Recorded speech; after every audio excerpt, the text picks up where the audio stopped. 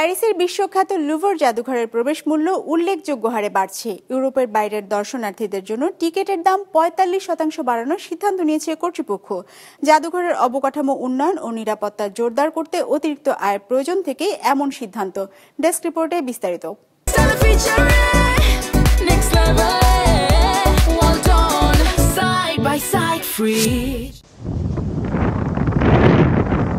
প্যারিসের বিখ্যাত জাদুঘর লুভর, যা প্যারিস ভ্রমণকারীদের জন্য সবসময়ই থাকে আকর্ষণের কেন্দ্রবিন্দুতে।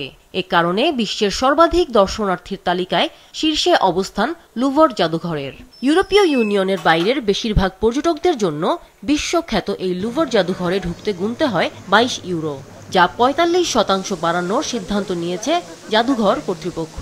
গেল বৃহস্পতিবার নেয়া সিদ্ধান্ত অনুযায়ী 2026-এর 14 জানুয়ারি থেকে যুক্তরাষ্ট্র, যুক্তরাজ্য ও চীনের পর্যটকদের লুভরে প্রবেশে গুনতে হবে 32 ইউরো।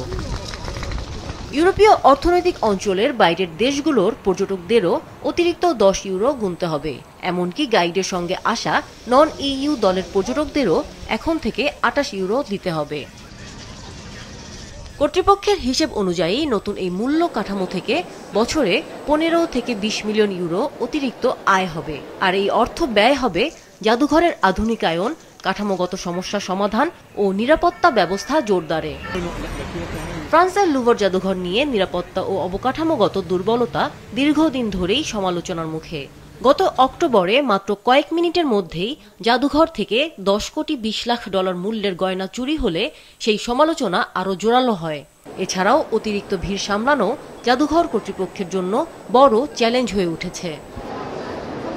ফরাসি আদালতের প্রতিবেদনে বলা হয়, লুভর কর্তৃপক্ষ জনপ্রিয় সংগ্রহ ও প্রদর্শনীতে বেশি মনোযোগ দিলেও নিরাপত্তা রক্ষায় প্রয়োজনীয় পদক্ষেপ নিতে ব্যর্থ হয়েছে। অবশ্য টিকিটের দাম বাড়ানোর পরিকল্পনা নিরাপত্তা ঘাটতি প্রকাশের আগেই নিয়েছে কর্তৃপক্ষ।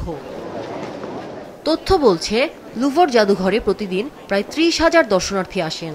এসব দর্শনার্থীর বেশিরভাগই লিওনার্দো দা ভিঞ্চির আঁকা বিখ্যাত মোনালিসা দেখতেই ভিড় করেন।